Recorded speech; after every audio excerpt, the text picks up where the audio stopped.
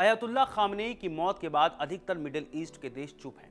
Saudi अरब, Qatar जैसे देश हर कोई अयतुल्ला खामनेई की मौत पर चुप रहे। ऐसे में सबकी नज़र अब है तुर्की और वहां के प्रेसिडेंट रेसेप तैयब एर्दोआन की तरफ। नाटो और बोर्ड ऑफ पीस का मेंबर होने के बावजूद एर्दोआन ने अमेरिका और इजराइल के हमले को गलत ठहराया है। सवाल ये है, अयतुल्ला खामनेई की मौत के बाद क्या एर्दोआन खुद को मुस्लिम उम्मा के नए लीडर की तरह देख रहे हैं? 28 फरवरी 2026 को ईरान पर हुए अमेरिकी और इजरायली हमलों ने सिर्फ ईरान पर असर नहीं डाला, पूरे मध्य पूर्व की पावर इक्वेशन पर असर डाला है। ईरान की साख को नुकसान पहुंचाया है। ईरान लंबे समय से मिडिल ईस्ट में एक पावर प्लेयर है, हिजबुल्लाह, हमास के जरिए। इजराइल के खिलाफ लड़ाई हो या सीरिया, इराक या लेबनान जैसे देशों में प्रभाव, ईरान ने हमेशा खुद को मुस्लिम पॉलिटिक्स का रिप्रेजेंटेटिव दिखाने की कोशिश की है।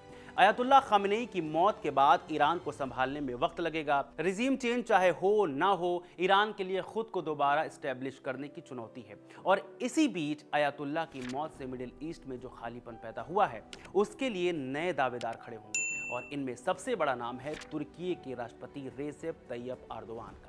एर्दोआन जानते हैं कि उनके पास मौका है। उनकी सबसे बड़ी पावर है जियोपॉलिटिकल लोकेशन। तुर्की एशिया और यूरोप के बीच एक पुल की तरह खड़ा है और लेवेंट, काकेशस, ब्लैक सी खाड़ी और उत्तरी अफ्रीका जैसे कई महत्वपूर्ण इलाकों के ठीक पास है। फिर तुर्की नाटो का सदस्य भी है, जो उसे एक बहुत बड़ी सैन्य सुरक्षा और अमेरिका, यूरोप के साथ सौदेबाजी की ताकत देता है। जहां ईरान जैसे देश अपनी ही सीमाओं में घिरे हैं, वहीं तुर्की अपनी स्ट्रेटेजिक डेप्थ की नीति की वजह से दुनिया के हर बड़े खिलाड़ी के साथ एक जैसा संबंध रखता है, चाहे वो रूस हो, चीन हो या पश्चिमी देश। अर्थव्यवस्था के हिसाब से भी तुर्की एक बड़ी अर्थव्यवस्था है।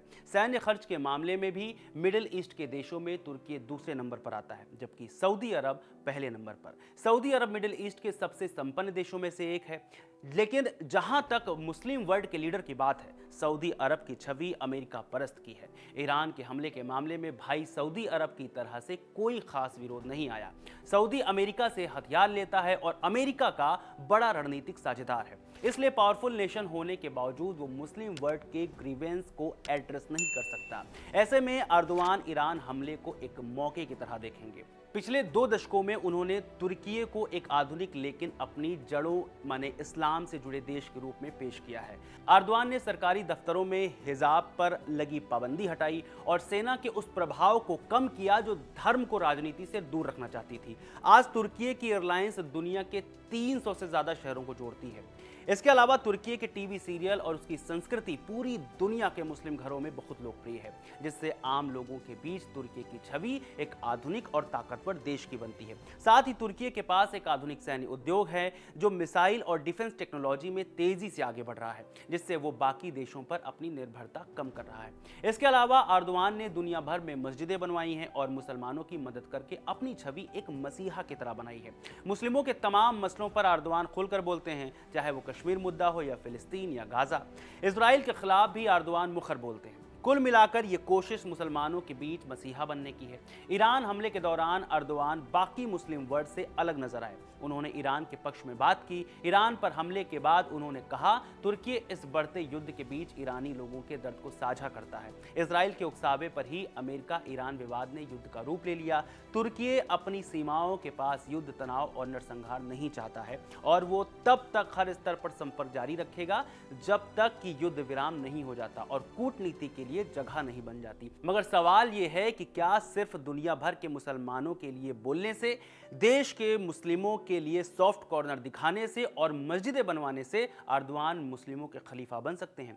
तो यहाँ इतिहास और भूगोल में थोड़ा पेंच फंसता है। तो मिडिल ईस्ट फोरम में छपी बर्नाल्ड लुइस की रिपोर्ट के हिसाब से तुर्की का इतिहास ऑटोमन साम्राज्य से जुड़ा है, जहां 300 सालों तक तुर्की के सुल्तान ही खलीफा कहलाते थे और पूरे मुस्लिम जगत के नेता थे। पहले विश्व युद्ध के बाद जब यह साम्राज्य खत्म हुआ और मुस्तफा कमाल अतातुर्क ने तुर्की को एक सेकुलर देश बनाया, तो तुर्की ने इस्लाम और मध्य पूर्व से अपना नाता तोड़ लिया था। एर्दोआन अब उसी पुराने गौरव को वापस लाना चाहते हैं, लेकिन अरब देश जैसे सऊदी अरब, मिस्र, यूएई उन्हें शक की निगाह से देखते हैं। अरब देशों के लिए तुर्की का पुराना शासन एक कॉलोनियल रूल जैसा था और वे फिर से तुर्की के नीचे नहीं आना चाहते। हालांकि अब ईरान की कमजोरी एर्दोआन के लिए एक बड़ा मौका है। जब मसूद पेजेश्कियन ईरान के राष्ट्रपति बने थे, तब एर्दोआन ने उन्हें तुर्क मूल का बताकर उनके साथ रिश्ते सुधारने की कोशिश की थी, ताकि वो ईरान के अंदर भी अपना प्रभाव बढ़ा सके। इन सब के बावजूद अर्दवान का मसीहा बनने का रास्ता चुनौतियों से भरा है। दुनिया के 1.8 अरब मुसलमान आज कई हिस्सों में बंटे हुए हैं, सियासी, वैचारिक और भाषाई तौर पर। जैसा हमने पहले भी बताया कि सऊदी अरब के पास मक्का और मदीना जैसे पवित्र स्थल हैं जो उसे धार्मिक रूप से सबसे ऊपर रखते हैं। इंडोनेशिया आबादी में सबसे बड़ा है और पाकिस्तान के पास परमाणु ताकत है। वहीं अर्दवान की सबसे बड़ी समस्या उनकी अपनी छवि है। वे एक तरफ नाटो के सदस्य हैं और पश्चिमी देशों के साथ जुड़े हैं और दूसरी तरफ इस्लामी गठबंधन की बात करते हैं। मगर यहाँ सवाल ये जरूर होगा कि क्या अर्दवान दुनिया भर के मुसलमानों में वो छवि बना पाएंगे जो अयातुल्लाह खामेनेई की थी। तो बहुत हद तक अर्दवान भी खामेनेई के जैसे ही खुद को मुस्लिमों का रक्षक के साथ इजराइल और पश्चिमी ताकतों के विरोधी के रूप में पेश करते हैं। खामेनेई ने 4 दशकों तक ईरान को प्रतिरोध का केंद्र बनाए रखा और अर्दवान भी संकट के समय उसी तरह के कड़े तेवर अपनाते हैं ताकि आम मुसलमानों का समर्थन हासिल किया जा सके। इसके अलावा दोनों ही नेताओं के ऊपर अपने देश के अंदरूनी हालात और अर्थव्यवस्था का भारी दबाव रहा है, फिर भी वे अपनी विदेश नीति को बहुत आक्रामक रखते हैं। दोनों ही नेता धर्म को अपनी राजनीति और कूटनीति का मुख्य आधार बनाते हैं।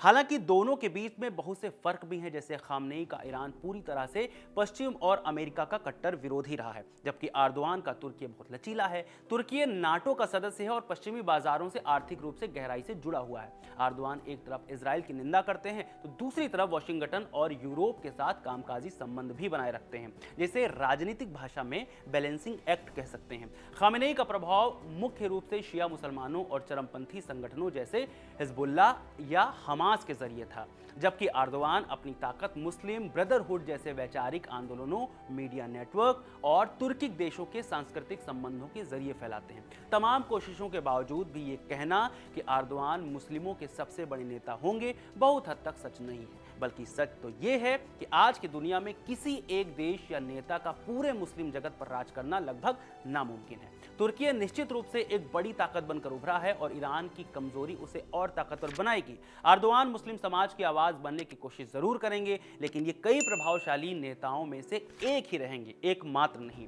मध्य पूर्व का ये शतरंज का खेल अब ईरान बनाम तुर्की से बदलकर एक ऐसी व्यवस्था की ओर जा रहा है जहां कई छोटे बड़े केंद्र होंगे और अर्दवान उस केंद्र में अपनी जगह पक्की करने के लिए हर संभव दांव चलेंगे। इस वीडियो में फिलहाल इतना ही। आखिरी तक वीडियो देखने के लिए बहुत शुक्रिया।